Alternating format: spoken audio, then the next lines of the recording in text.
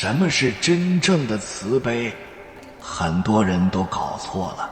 有一个禅师在河边打坐，他看到一只蝎子掉到河里，然后他伸手就捞了上来。蝎子蛰了他一下，他忍着剧痛把蝎子就给放生了。过了一会儿，这只蝎子又掉下去，然后他伸手继续捞，蝎子继续蛰他，他忍着剧痛又给放了。如此3、4次，旁边有个人就问他说：禅师啊，蝎子蛰你，难道你不痛吗？他说：我痛啊。那为什么你还要救他呢？禅师说：蝎子蛰人是他的本性，而慈悲是我的本性。说完了之后，禅师继续打坐。这个故事到这儿并没有完。过了一会儿，这个蝎子又掉到河里了。这个时候走过来一个智者，拿着一个树枝把蝎子给捞上来了。禅师看了一看，恍然大悟。这个智者就对禅师说：慈悲是好事，但首先你要对自己慈悲。其实我们生活当中有很多人需要我们去照顾，但是真正的慈悲是首先对自己慈悲，因为只有把自己照顾好，才有可能去照顾好身边更多的人。慈悲是什么？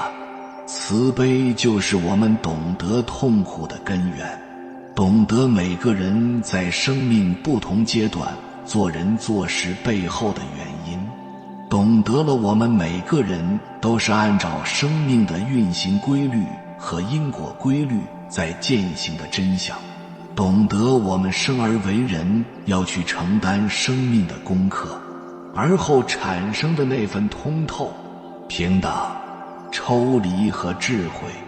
善之为善，斯不善也。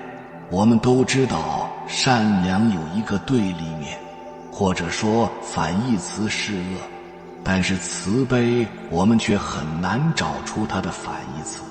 因为慈悲是接纳一切，是知道所有的生命都是天地万物的孩子，本是同根生相扰和太极。慈悲是我们赞叹自己的生命是如此的高贵，是庆幸我们有属于自己的生命。每个人都不同，所以我们不羡慕，不嘲讽，不分别，因为生命最高贵的就是如我所示，如他所示，如生命所示。这是天地的慈悲，让我们可以按照自己的生命轨迹去践行自己的功课。所以慈悲的第一步就是做到对自己慈悲。我们尊重自己，欣赏自己，爱护自己。真正的慈悲不是要惩恶扬善，不是要我们轰轰烈烈，而是这世间的一切，包括对我们自己，我们都能无条件的接纳。不管此刻我们起了什么心念，我们都慈悲地知道它的原因，它的来处。我们不带评价，不带否定，不带批判，全然的接纳，允许自己呈现生命信息带来的各种境界。这就是慈悲。用在生活中，就是当有人正在遭受痛苦和烦恼，或者升起激烈的情绪，而我们不再带有评判，也不仅是为他感到难过和同情，还有明了他们痛苦之后的原因，知道他为何受苦的那份清醒和慈悲。当有人没有按照我们的心意，说了和做了让我们不悦的事情，包括我们的家人、我们的朋友、我们的同事，我们已然不会在其中再受到伤害。因为慈悲因为知道他们此刻起了恶的心念，说了不善的语言和行为，最大的伤害是他们自己的生命。我们也不会再对此产生链接，也不会再让自己产生相应的恶念，让彼此同时沉沦，苦上加苦。这就是慈悲，没有慈悲就谈不上修行。一念清净而生智慧，智慧生其本心慈悲，慈悲本身就是一个巨大的能量场。我们的心量有多大，我们获得的能量就有多大。一个人如果慈悲心常在，他的心量也能像宇宙一样博大，他就能拥有无坚不摧的巨大的能量。所以当一个人真正放下执念的时候，就是他内心升起慈悲的时候。经历多了就会明白，人生荆棘遍地，每个人都难免受伤。真正通透的人，见过了人世百态，看尽了众生疾苦，就会对周遭产生怜悯，因怜悯而生共情，由共情而生慈悲。原来人生的最高境界，就是修一颗慈悲心。对朋友，慈悲心是包容过错。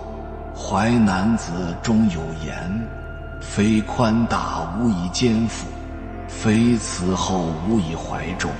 一个人如果心胸太小，凡事斤斤计较，只会让人敬而远之。真正有慈悲心的人，才能得到朋友们的拥护和爱戴。苏轼有一朋友，名叫韩宗儒，经常与他有书信往来。此人官职很小，收入微薄，却很喜欢吃羊肉。每当俸禄发下来，韩宗儒总是迫不及待买几斤羊肉吃。可是饱腹之后，又面临没钱的窘境。恰好当时的名将姚林爱好收藏苏轼的手迹，韩宗儒得知此事，便将苏轼回给他的书信卖给姚林，随后换取羊肉吃。苏轼的朋友们听说了这件事，都义愤填膺，觉得韩宗儒的行为实在不耻。可苏轼却体谅他的难处，他知道韩宗儒生活贫苦，所以对此事格外宽容。待到韩宗儒书信再来时，苏轼也只是幽默婉拒：今日寒食节，不能杀生，你是吃不到肉了。一个人真正的成熟，不是你看清多少事，而是看清多少事。心怀慈悲的人，从来不把朋友间的过错放心上。胡适和鲁迅本是至交好友，后来因为意见不合发生了一些争执。鲁迅在文章中不留情面地驳斥胡适的观点，言辞之间颇为犀利。胡适知道后，也只是一笑了之。在写给朋友的信里，胡适甚至为鲁迅说好话，他只是性子急，其实没什么恶意。宽广的气量和博大的胸怀，也让胡适收获了众多知己好友。古人有云：大智者必谦和，大善者必宽容。真正有高度的人，不会和朋友争一时之长短，而是懂得兼容并蓄。宽容别人是一种气度，体谅别人是一种慈悲。用广阔的胸襟容人之国，是一种高明的人生智慧。二，对敌人慈悲心是选择原谅。特殊年代，木心因冤数度入狱，在监牢里，他受尽苦楚，所有作品皆被烧毁，3根手指惨遭折断。18个月后，他得以出狱。面对那些曾经残害过自己的人，木心感慨地说：不知原谅什么，成觉世事尽可原谅。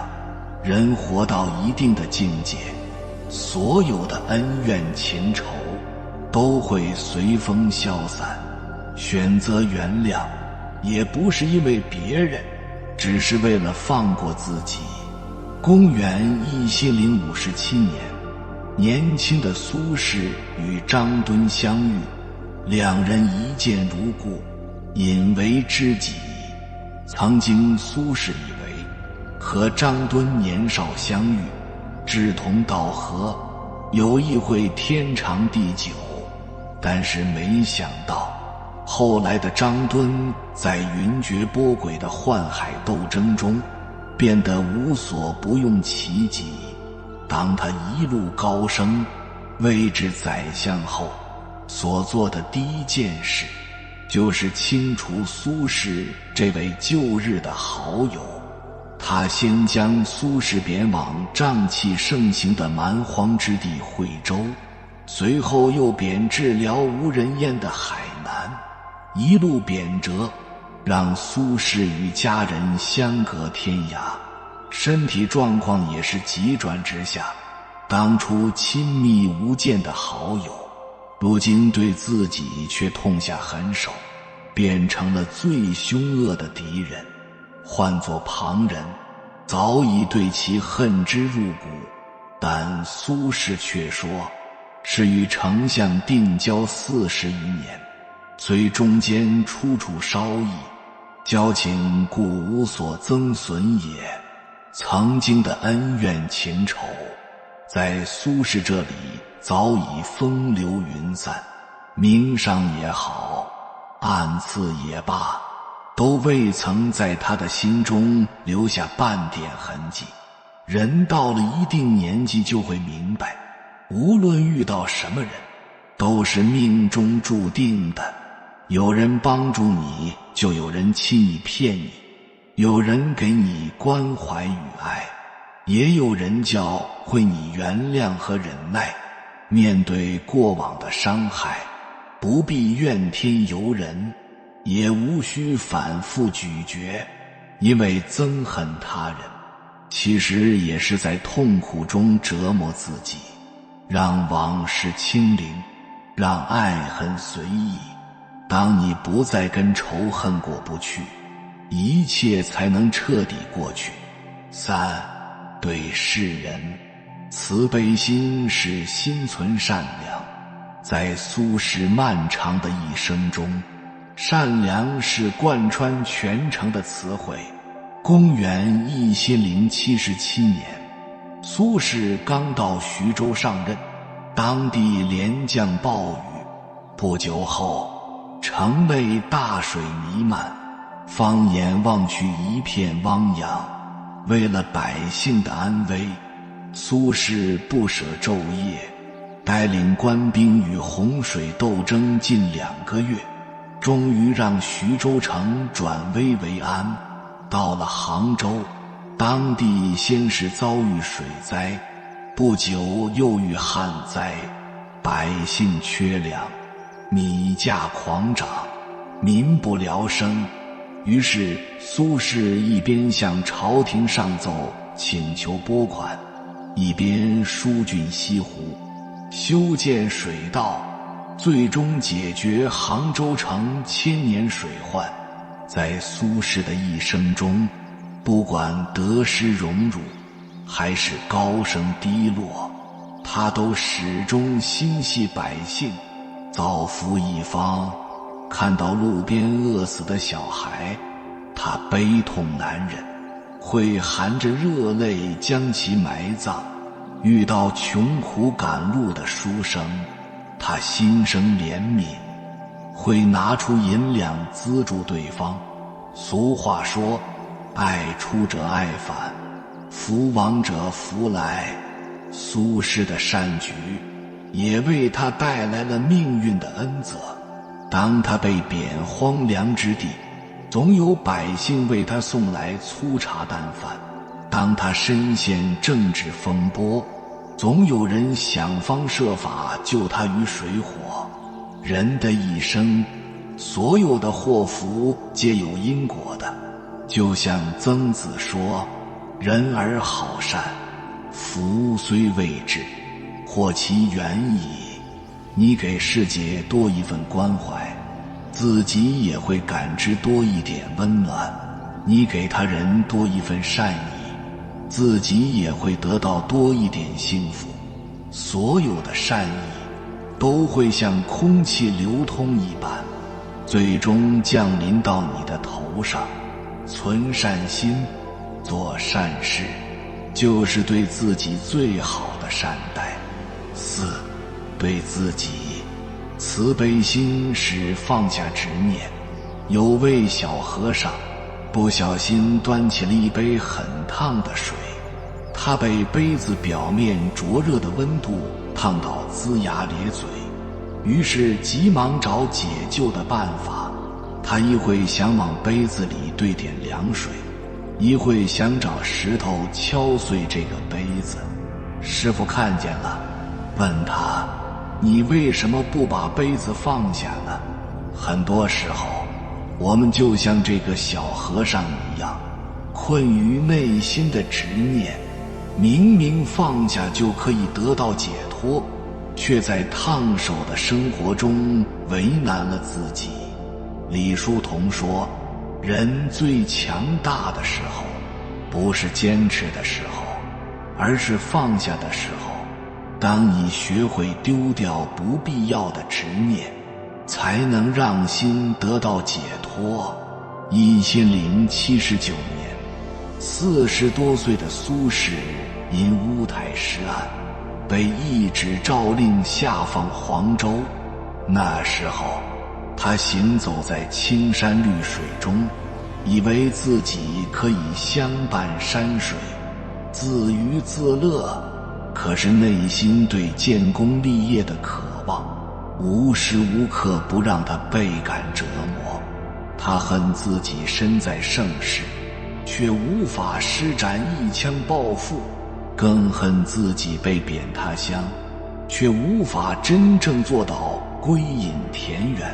心灰意冷间，他常常靠喝酒来麻痹自己，直到不省人事才能减轻痛苦。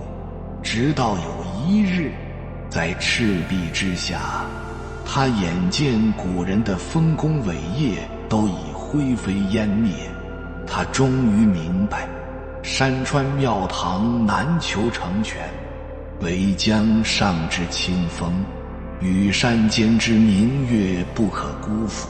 自此，黄州对于他而言，并非再是孤寂荒凉之地，而是灵魂的寄托之所。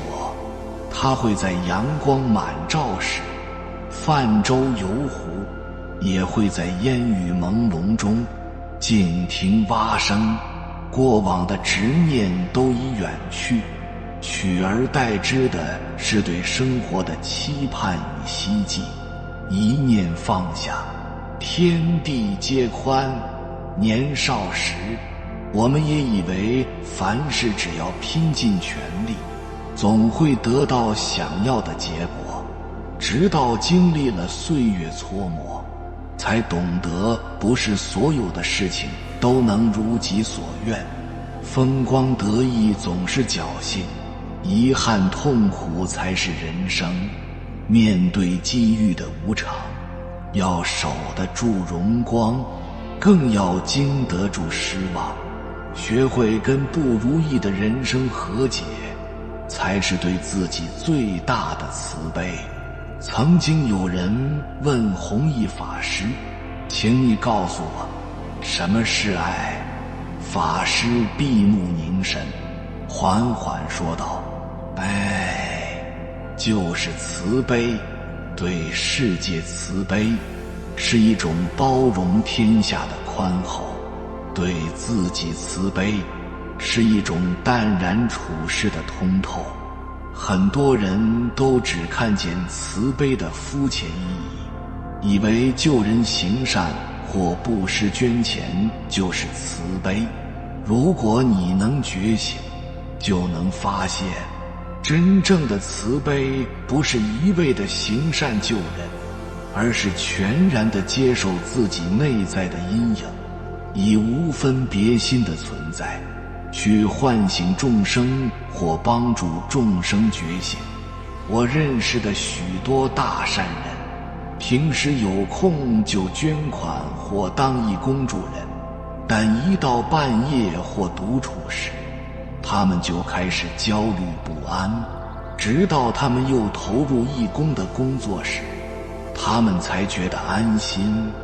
老实说，这种不敢面对自己内在阴影的行善，并不是慈悲，而是为了掩饰良心不安，或把行善当麻醉剂的一种逃避的行为。当一个人无法看见并全然接受自己的阴影，他就无法真正的慈悲。